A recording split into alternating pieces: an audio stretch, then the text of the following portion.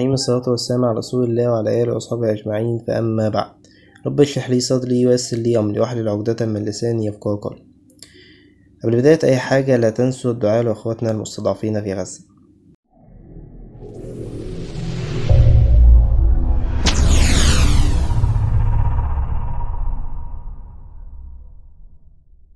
ازيكم يا شباب، عاملين ايه؟ يا رب تكونوا بخير.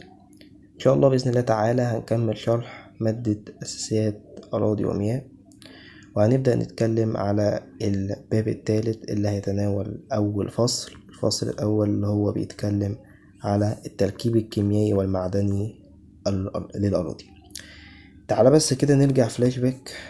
هي المادة دي أصلا كان بتتكلم على إيه، وإيه المعلومات والمقرر اللي إحنا خدناه من الأول. بدأ لك في الباب الأول كان بيتكلم لك على نشأة وتكوين الأراضي. كان بيكلمك على نشأة وتكوين الأراضي وعوامل تكوينها. كلم لك على حصر وتصنيف وتقييم الأراضي. عمل لك وصف عام للأراضي المصرية. وبعد كده كلم لك في الباب التاني على الخواص الطبيعية للأراضي زي الحرارة، زي هواء أو الماء. كلم لك كده على الخواص الفيزيائية يعني اللي بتأثر على الأراضي. بعد كده بقى هو هيبدأ لك في الباب التالت يتكلم لك على التركيب المعدني، يركز لك شوية على خواص التركيبية. تمام، وخواص التركيبية التركيب المعدني لتكوين الأراضي. تعال كده نكبر الشاشة. نتكلم على مكونات التربة. تعال كده نختار القلم ده. مكونات التربة. تعتبر التربة نظام معقد غير متجانس يمثل نظام طبيعي مفتوح، وتتركب التربة من 3 مكونات. أنا مش فاهم أي حاجة، ده أحسن حاجة. طيب، مكونات التربة نظام معقد غير متجانس. تعال كده ناخد الكلام بشكل بسيط، تمام، ويكون منطقي علشان يكون استرجاعه في الذاكرة وقت الامتحان يكون بسيط وسريع. التربة نظام معقد غير متجانس. ماشي، اعرف لي يعني ايه نظام اصلا. خلي بالك هحاول في الدرس، تمام، وان شاء الله الدروس الجاية تعريفات كده نقف عليها بتكون تعريفات بابليك، شيء عام كده لمعظم المقررات اللي احنا بناخدها، وهحاول اظبطها لك واقارن لك بيها باكتر من حاجة، باكتر من مثال. يعني عندك بيقولك ان التربة نظام معقد. اول حاجة يعني نظام. نظام يعني مسار، زي دايرة ممكن تكون مغلقة، انا زي مسار. المسار ممكن يكون مفتوح وممكن يكون مغلق، بيتكون من اكتر من نقطة. تمام، والنظام ده ممكن يكون معقد. كل ما زاد عدد العوامل وكل ما زاد العوامل الداخلة في النظام ده يكون النظام معقد اكثر. تمام، وده من النظام اللي بينتمي ليه يقولك ان هو نظام معقد. طيب، نظام ببساطة معقد يعني انت عندك ان التربة دي بيأثر عليها اكتر من عامل، زي مثلا العوامل الطبيعية والعوامل الكيميائية والعوامل الحيوية، من حرارة ورياح وامطار. تمام، من مثلا ظواهر طبيعية، من الظواهر الكونية اللي بتحدث على مر العصور والأزمنة. الكلام ده كله بيمثل لك نظام واكتر من عامل بيكون معقد، واي نظام بيحصل دايما ما بينه تفاعل، والتفاعل ده بيكون مستمر وبيكون متغير. الكلام ده هيتوضح بشكل اكبر في الكلام اللي جاي. غير متجانس ليه؟ تعالى. غير متجانس لما حاجة تكون متجانسة لازم حاجة تكون متشابهة اكتر، العلاقة ما بينهم في تشابه. ممكن يكون العوامل دي قريبة من بعض، لكن كل واحد فيهم ليه مميزات وليه عيوب، ليه ظواهر طبيعية خاصة بيه.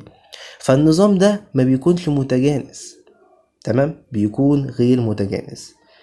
النظام بتاع التربة ينتمي للنظام الطبيعي المفتوح. طبيعي مفتوح يسهل فقد وإضافة للنظام ده.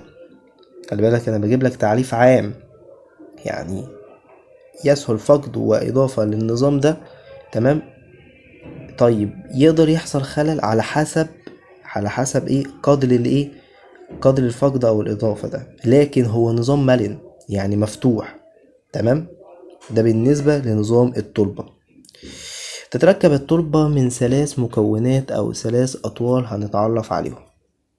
طيب، عندك أول حاجة المكون الصلب. المكون الصلب كده ببساطة خالص الصخر. الصخر يا باشا، الصخر الصلب أو الصخر الأم، ده اللي بيمثل لك ايه؟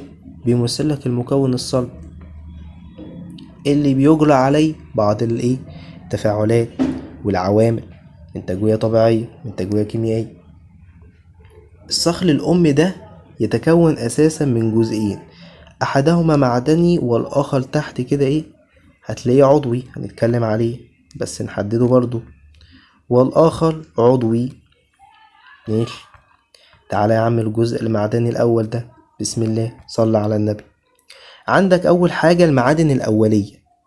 يعني معادن أولية هي معادن تنتمي إلى نفس نوع مادة الصخر الأم. معادن ببساطة كده أثرت عليها التجوية الطبيعية اللطيفة زي الحرارة والرياح، أدت إلى إيه؟ يا باشا أدت إلى تفتت الصخر الأم ده إلى معادن أولية، هو نفس التركيب المعدني بتاع الصخر الأم، بس بيختلف عليه إن هو أقل منه في الحجم والشكل. اقل منه في الحجم والشكل بس، او ممكن يكون مختلف عليه في الشكل على حسب ايه، نوع الفتات اللي اتكسر، لكن هو بينتمي ليه للمعدن الصخر الام. تعال نتكلم بقى عن تاني حاجة المعادن الثانوية. المعادن الثانوية نفس الكلام برضو، كلاهما مع المعادن الأولية اتفقا إن بيتأثر عليه التجوية الطبيعية، أثرت مثلا بعملية التأكسدة وعملوا الحيوية من تأثير بقايا الكائنات الحية. كان الحي عمل أثر في الصخر ده إلى تغير في التركيب المعدني ليه. هو أصلا كمان بيوضح لك في الآخر، بيقولك تختلف المعادن الثانوية عن مادة الأصل في صفاتها الطبيعية والكيميائية. جميل جدا. تعال بقى نتكلم على حاجة هي اختار الحبيبات. انت ركز عليها جدا، ده ممكن يجي في سؤال اختر ببساطة. هيقولك مثلا اذكر مثلا حبيبات معدنية لأقطار من مثلا من 2 ل 2 من 100 مايكرو. 2 و2 من 100، 2 من 100 تمام ل2 من 1000. حددها لي يا عم لو سمحت. طيب انت عندك الرمل بيكون أقطاره من 2 ل 2 من 100 مايكرو. بعد كده عندك السلت يكون أقطاره من 2 من 100 مايكرو ل2 من 1000. تمام. وبعد كده عندك 2 بيكون أقل من 2 من 1000، أقل ايه، أقل عندك حبيبات خالص. طبعا حبيبات الرمل ليه يبقى عندك أكبر. الكلام ده يتحفظ يا شباب إنه مهم جدا. خلاص يا عم الحاج، انت كده خلصت الجزء الأساسي تمام من الصلب اللي هو المعدني. تعال نتكلم بقى على الجزء ايه، العضوي. يعني ايه ببساطة؟ أنا مش فاهم يعني ايه علاقة بقايا الكائنات الحية بتركيب الجزء الصلب. قالك تعالى كده نتكلم بكلام بسيط. انت عندك مثلا الصخر الجميل بتاعنا اللي هو الصخر الصلب الأم ده، تعرض أكيد لعوامل جوية. خلينا نتفق العوامل الجوية الطبيعية دي شيء أساسي هيحصل للصخر، سواء بقى حصل له إضافات وتغير من تركيبه بقى إيه معادن سواء ثانوية أو بقى زي ما هو. فمثلا لما تيجي عندك الكائنات الحية دي عايشة على الأرض، تبدأ تضيف بقايا الكائنات بتاعتها أو نتيجة تحللها على مر العصور. تمام.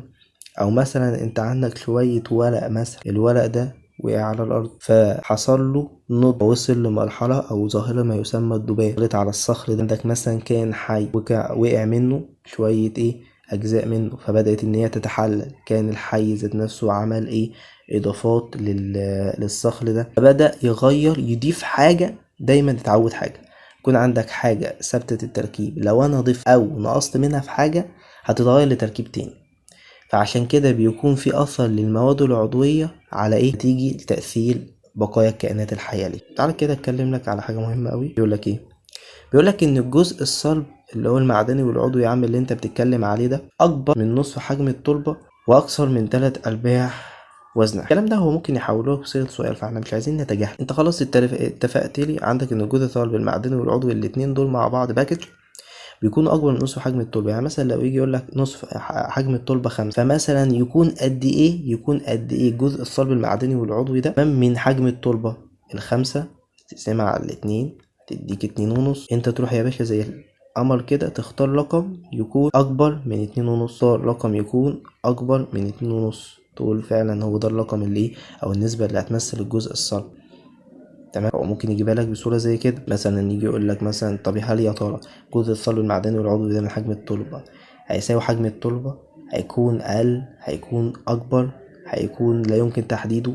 لا، ممكن تجيب حاجة زي كده. تمام. وكمان بيقول لك اكتر من 3 ارباع وزنها، يعني يجي مثلا يجي يقول لك وزن مثلا التربة 10، فتروح ضارب في 3/4 هيديك رقم. الرقم اللي هيدولك ده حاول تقربه رقم اكبر منه وتقول له ده يعني كده بيمثل الجزء الصلب المعدني والعضوي. والسؤال يجي حاجة زي كده، ان انت عارف خلاص انا حفظت وفهمت ان الجزء الصلب المعدني والعضوي ده هيكون اكبر من نص حجم التربة واكتر من 3 قلب. ممكن يجي بطريقة اسهل من كده، ولكن برضو احنا ايه بنشوف مثلا لو في فكرة ولا حاجة. طبعا الرسمة الجميلة دي توضح الكلام اللي احنا قلناه. يعني مثلا ده طبعا بيوضح ايه، شرح توضيحي لنسب مكونات التربة. شرح توضيحي لنسب مكونات التربة بيقول لك ان انت عندك الجزء ده الجزء الصلب يا شباب، ده الجزء الصلب. تمام. عندك 25% مياه، 25% هواء، ودي نسبة المواد العضوية بتكون أقل نسبة عندك. تعال نتكلم بقى تاني على المكونين التانيين اللي هو المكون السائل والمكون. تعالى كده نختار مثلا القلم اللون ده، يلا بينا. ثانيا المكون السائل هو ما تحتويه التربة من مياه ومكونات زائبة فيها فيما يعرف بمحلول التربة. يعني قالك يا باشا أي محلول بيتكون من إيه؟ مذاب ومذيب. المذاب عندك بنسبة كبيرة هيكون المذيب ده ممكن يكون مثلا أملاح، تمام، ممكن يكون مثلا عندك عناصر، ممكن يكون مثلا عندك فيتامينات، تكون زائبة في محلول التربة علشان ايه؟ توفر للتربة الخصوبة لازم للنضج طبعا، وبتكمل عليها العمليات الأساسية وما زال. فالمكون السائل للتربة اللي بيتمثل في أو ما يعرف بمحلول التربة ما تحتويه التربة من مكونات زائبة، أي حاجة زي العمليات الضرورية والأساسية لإيه؟ لتكوين التربة. طبعا نتكلم على تاني حاجة وهو المكون الغازي. المكون الغازي ده عبارة عن مجموعة من الغازات تتواجد في الفراغات البينية للتربة ويطلق عليها هواء التربة أو الهواء الأرضي. مش دعوة بالكلام ده، احنا ناخد كلمة كلمة ونشوف قصده بيها ايه وتيجي ازاي، وازاي أصلا نربطها بأي حاجة عندنا عشان ايه نحفظها كده، الكلام يكون سهل وبسيط. مكون غازي ببساطة جدا انت بتتكلم على شيء يعني مش اللي هو ايه شاسع، انت بتتكلم على غازات، بس بيقول لك يبقى بتواجد في الفراغات البينيه للتربه. يعني الغازات دي بتواجد في الفراغات البينيه للتربه. الغازات دي عشان تكون زي الاكسجين، وهناخد دلوقتي نسب عليهم. خلي بالك الغازات دي انا بحب المسمى قوي، المسميات هو اللي بيلعب عليها في الامتحان. مش هيجي يقول لك المكون الغازي، هيجي يقول لك هواء التربه، يجي يقول لك الهواء الارضي. كميه الهواء التربه دي توقف على مساميه التربه ونسبه الماء بها. يعني يا باشا المكون الغازي ده مش شيء اساسي مثلا بين التربه للتانيه، لا ده بيتغير وبيتوقف على مساميه التربه ونسبه الماء بها، ان المكان ده هو اللي بيتواجد فيه واللي بيزيد فيه المكون الغازي. فمثلا المكون الغازي التربه الطينيه غير المكون الغازي للتربه الرمليه، فبيختلف نتيجه اختلاف نسبه ومساميه التربه ونسبه الماء بناء عليه. المكون الغازي شيء مش اساسي، بيختلف لاختلاف نوع التربه نتيجه لاختلاف مساميه التربه ونسبه الماء. تعالى كده نتكلم عن الراجل بيوضح لك اهو نوع الهواء الجوي والهواء الارضي. الهواء الجوي ده طبعا الهواء اللي احنا عايشين فيه، والهواء الارضي ده اللي بيمثل لك هواء التربه. هنلاقي ان الاكسجين في الهواء الجوي مرتفع عن الهواء الارضي، هنلاقي ان ثاني اكسيد الكربون الهواء الجوي، وهنلاقي ان النيتروجين منخفض برضه. الكلام ده كله الاسباب والنتائج تعالى كده نتعرف عليها. صلى على النبي. يقول لك فعلا ان ثاني اكسيد الكربون في الهواء الارضي اكبر بحوالي 22 مره قدر نسبته في الهواء الجوي. كل الكلام ده هيرجع عليه لحاجه كده معينة اسمها عملية التنفس. عندك جذور النباتات والكائنات الدقيقة اللي هي عايشة في التربة دي أكيد بتعمل عملية فبتعمل إيه؟ فبتضيف لك حضرتك ثاني أكسيد الكربون وبتقلل لك من الأكسجين. المعادلة اللي قلت لك عليها دي انت خلاص عرفت النسبة كده. النسبة ممكن مثلا يجيب لك النسب تمام بالشكل ده وتبقى سهلة بالنسبة لك، او ممكن مثلا يقول لك هو نسبة ده اكبر ولا في الهواء الجوي ولا نسبته اكبر في الهواء الارضي، فتبقى انت عارف بالنسبة دي، بعارف ان الكائنات وجذور النباتات الارضية بتعمل عملية تنفس. اذا بسم الله الرحمن الرحيم ثاني اكسيد الكربون يزيد، الاكسجين يقل. وهيكمل لك برضو لسه الراجل بيقول لك وعندك الاكسجين في الهواء الارضي طبعا بتنخفض نسبته في الهواء الجوي نتيجة تنفس جذور النباتات النباتات وكائنات الأرض. في الهواء الأرضي نسبته منخفضة عنه في الهواء الجوي، نتيجة قلنا عملية التنوع. المحترم بقى بيقولك إن عندك المكون السائل ولما بيمثلوا لك نصف حجم التربة وربع وزنها. عرفت ليه بقى كنت بربطها لك بأمثلة عشان لما يجيلك حاجة زي كده تتلخبط. مكون السائل تمام والغاز الاتنين مع بعض هيمثلوا لك نص حجم التربة وربع وزنها. المكون الصلب بس اللي هو بيتكون من جزء معدني وجزء عضوي اكبر من نصف حجم التربة واكبر من 3 ارباع. عايزين بس نعمل مسألة عشان ما نلخبطش، احنا كنا حاطين بس مسألة زي كده، مسألة في المثال اللي فات عشان نوضح. والمكونات التالية في حالة اهو بقى ده اللي انا قلت عليه في النظام. كلام يا جماعة بيبقى متدلج، بيجيب لك التعريف ويجيب لك اسبابه. يعني مش فاهم. والمكونات الثلاثة في حالة تداخل وتفاعل مستمر نتيجة عمليات فيزيائية وكيميائية وبيولوجية حديثة. ده اللي احنا اتكلمنا عليه، ده اللي هو بيقول عليه نظام ان المكونات دي في حالة تفاعل وتغير مستمر نتيجة التأثير عليها من عمليات فيزيائية وكيميائية وبيولوجية حادثة. بس رجع يقول لك كده وركز لك على عاملين، وهو اكثر هذه التفاعلات اهميه من الناحيه التطبيقيه. اعرف لك يعني هو ذلك النوع من التفاعل الذي يتم بين الطولين، الطول الصلب ويتكون بنظام ذلك النظام المعقد. يعني انت عندك المكون الصلب والمكون السائل من اهم العمليات اللي بيحصل بينهم تفاعل، واللي بيحصل عليه من الناحيه التطبيقيه. يعني الناحيه التطبيقيه يعني الناحيه العمليه. الحاجه اللي انا شايفها ان الصخر ده لما ياثر عليه المكون السائل بمرور الزمن يحصل له اكسده، يحصل له كربون على حسب مثلا ايه المكون اللي بيدخل معاه. ده من الناحيه التطبيقيه والعمليه اللي انا شايفها بيأثر على الصخر وبيغير من شكله وبيغير من تركيبه. معنى كده ان المكون الغازي ملوش لازمه؟ لا، ده بيدخل، ده مهم جدا. العمليات الضروريه بتسمح ان النبات ده ينمو ويكمل قصدي ان التربه دي تنضج وتكمل نموها. ولكن هو ركز لك على الجزء الصلب والجزء السائل من ناحيه تكون بذلك ما يعرف بالنظام المعقد. نظام معقد اكتر من عامل بيدخلوا مع بعض في عمل، يكون مسار مغلق، ممكن يكون مسار مفتوح. مسار مفتوح يعني يسمح بالاضافه، يسمح بالايه بالزواج. ونتكلم على التركيب الكيميائي والمعدني لبعض من الحبيبات. تعتبر حبيبات الرمل والسلت أجزاء دقيقة من الصخور والمعادن. عارفين يعمل لمادة بمعنى أنها تحمل نفس صفات مادة الأصل اللي تكونت منها. يعني هي تحتوي على نفس الصفات من مادة الأصل الصخري ده، بس هي بأجزاء صغيرة حبيبات. المعادن بقى دي ممكن تكون زي ما احنا قلنا الصخر، خلي بالك الرمل والسلت حبيبات يعني كسر. المعادن اللي بيدخل في تركيبها منها ممكن تكون معادن أولية، كوارتز، فلزبارات، أرسوكليز، أنفيبولات، ومنها الهورنبل. عندك الميكا السودا والميكا. منها المعادن الثانوية هتلاقي زي مثلا الأكاسيد، الهيدروكسيدات، الحديد والأمونيوم. المعادن اللي هي أصلا قابلة يحصل لها عملية تميز، يحصل لها عمليات التجوية الكيميائية، التجوية الحيوية عشان تغير من صوره. جميل جدا.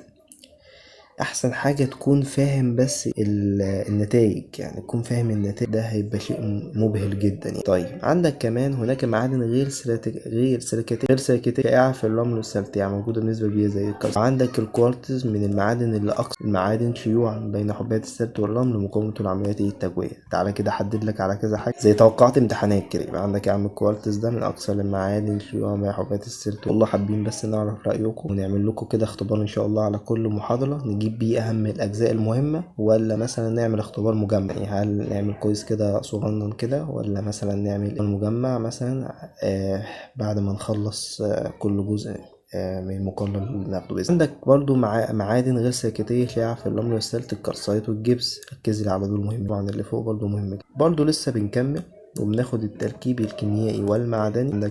عندك الطين حبيبات صلبة ذات أقطار أقل من 2 مايكرون. قلنا الكلام حسب التقسيم الدولي المعروف يطلق اسم عليها اسم المعادن الثانوية السيليكاتية العظمى. رواسب الطين الطبيعية موجودة على سطح الأرض. تعتبر معادن الطين السيليكاتية أهم معادن الطين المعروفة كما يوضحها كده. بيقول دي أهم اسم المعادن الثانوية برضه يلعب عليه. عندك من يطلق على المعادن السيليكاتية نظرا للغالبية العظمى، ونظرا كمان إن هي موجودة على سطح الأراضي. وتعتبر معادن الطين السيليكاتية أهم معادن الطين المعروفة يا باشا. تعالى كده عندك مثلا هو انت عندك الكاولينايت، تمام. اهم حاجه بس تعرف التركيب الكيميائي، انت مش مطلوب فيك بس ان انت نظر عليه. فعندك مثلا معادن اتنين زي الكاولينايت والمونولايت، الهالوسايت، عندك نيترونايت. عن اهم المعادن يا باشا اللي هي معادن التين السيليكاتية. طبعا ممكن مثلا تحول زي الكاولينايت مثلا ناتج من تميز لمعدن ارسوكليز والكلام زي كده، ولكن انت عليك ان المعادن تعتبر او بتنتمي لمعادن. على يا عم الحاج بقى نتكلم عن التركيب البنائي لمعدن الطين. اتكلمت عن التركيب الكيميائي. طب تعالى نتكلم عن التركيب من التركيب البلولي بتاعه. اوضح لك الاقسام اللي في الجدول اللطيف. معادن السيليكاتيه. المعادن السيليكاتيه احسن نسبه السيليكون للاكسجين. دي اقسام المعادن دي هو هنا بيوضح لك نسبتها من السيليكون للاكسجين. يكفيك ان انت تبقى واخد فكرة عنه. يقول لك لاحظ في الجدول انه كلما اتجهنا الى اسفل بتقل نسبة الاكسجين. عندك نسبة الاكسجين اول حاجة في اول معدن على نسبة الاكسجين للسيليكون النسبة كلها بتقل. ذلك تزيد مقاومة للتجويد. كل ما بتقل نسبة الاكسجين للسيليكون كل ما المقاومة بتزيد. فدي برضو حاجة مهمة. كل ما بتقل نسبة الاكسجين للسيليكون كل ما التجويد بتزيد. على مجموعة المعادن السيليكاتية الهم ده قسم كده عندك يحتوي على مجموعة المعادن السيليكاتية اللي عليه نسبة الاكسجين للسيليكون من 2 للاكسجين من 2 ولا تشكل جزءا كبيرا من كمية. وركز لك عليه، انت لازم تركز عليه على النسبة بتاعته ان هو كمان يشكل جزءا كبيرا من كمية. بيقول لك ايه؟ وقد اكتشف العالم ليوس عام 1808 ميلاديا ان حبيبات تعمل شحنات كهربائية حيث استعمال التضلل في فرق الجهد الكهربي لإلكترونات مغمولة في أنابيب زجاجية مملوءة مثبتة بقطعة من الطين الخام كما يوضح الشكل. يعني التضلل الكهربي في فرق كهربي تمام وسط قطب موجب قطب مثبتة بقطعة من التين. الراجل عم ليوس ده بيقول لك ان بات التين تحمل شحنات كهرباء. السبب علشان يا باشا لا تضلل تنتج من الكلام اللي احنا قلناه ان الطين من اهم مكونات التربه للعديد من يدخل الطين في تفاعلات كيميائيه هامه نتيجه لسطحه النوعي العالي. فانت عندك ان الطين سطحه نوعي ان هو لو رجعت تعالى نرجع ان هو ايه نسبه الاكسجين للسيليكون وان هو النسبة دي كل ما بيزيد كل ما بيزيد المقاومة التجوية. ومنها مجموعات المعادن السيليكاتية الهامة اللي تشكل جزءا كبيرا من كيمياء الأراضي. ونرجع كمان ان هو عليه اسم المعادن الغالبية العظمى لوصف الطين الموجودة على يمثل بنسبة كبيرة للجزء الكيميائي. والجزء الكهربي يا باشا العالم ليوس قال لك ان حبات الطين تحمل شحنات كهربائية نتيجة كيميائية هامة نتيجة لخواص الكهرباء. سطحه النوعي العالي يشارك بقوة في التفاعلات التبادل الأيوني وتثبيت الأيونات بالطلب. فهو مهم في تحديد الصفات الكيميائية للتربة ومدى ملائمتها لتغذية النبات. الإنتاج يؤثر الطين على الصفات الفيزيائية والبناء الضوئي من خلاله على الانتفاخ والانكماش والتجمع معادن الطين نفسها مصدر لبعض العناصر اللازمة لنمو النبات وعملية البناء الضوئي. تحس كده إن العوامل كلها بتبني على الوحدات البنائية تتجمع مع بعض. عندك مثلا الوحدة البنائية دي ومن بتكون لك صفيحة والصفيحة تتجمع كون مجموعة صفائح ومجموعة الصفائح تتجمع كون لك معادن. ما بين الوحدات البنائية المكونة أهم الطرق المستعملة عشان الإلكتروني أشعة ثانية إكس راي للحلال التفاضلي. دي وحدات البنائية التي تكون بلولة معدن إما تكون سيليكا تترا هاي أمونيوم الألومينا أكترها. خلي بالك بقى عايز أوضح لك حاجة. هو هنا بيقول لك إيه وحدات بنائية كون صفيحة ومجموعة صفائح. التركيب ده يا جماعة لما بيختلف ترتيبه وبيختلف شكله هو بناء عليه كده بيكرات معدن الطين. فهو يا عم الشكل اللي هو كشكل هرمي كده يعني خلي بالك من الشكل. مجموعة الكولينايت طبعا دي المجموعات اللي احنا ما قلت لك التركيب الشكل الكيميائي بتاعها مش مجموعة المونتومو لولايت دي المجموعات الأساسية اللي احنا قسمنا عليها من خلال التركيب البلولي والبنائي اللي انت ذكرته. قسمت مجموعات الطين لكولينايت مونتومو ليلونايت ومجموعة. انا نتكلم كده على مجموعة الكولينايت. الراجل ده بيقول لك ايه يمثلها معدن الكولينايت وهي تتركب من طبقة من السيليكا تتراهيد وطبقة من الألومنيوم أوكتاهيدرا. طب ايه الطبقات دي؟ لا ما تنساش معايا بقى ما الطبقات دي اللي احنا اتكلمنا عليها اللي هو من خلال تكوين بلور معدن الطين لا اما يكون سيليكا تتراهيد او ألومنيوم أوكتاهيدرا. وانت بتقول لي ان مجموعة الكولينايت ذو طبقتين والطبقة من السيليكا تتراهيد وطبقة من الألومنيوم. بس مهم جدا مادام احنا بنتكلم على جزئية معينة.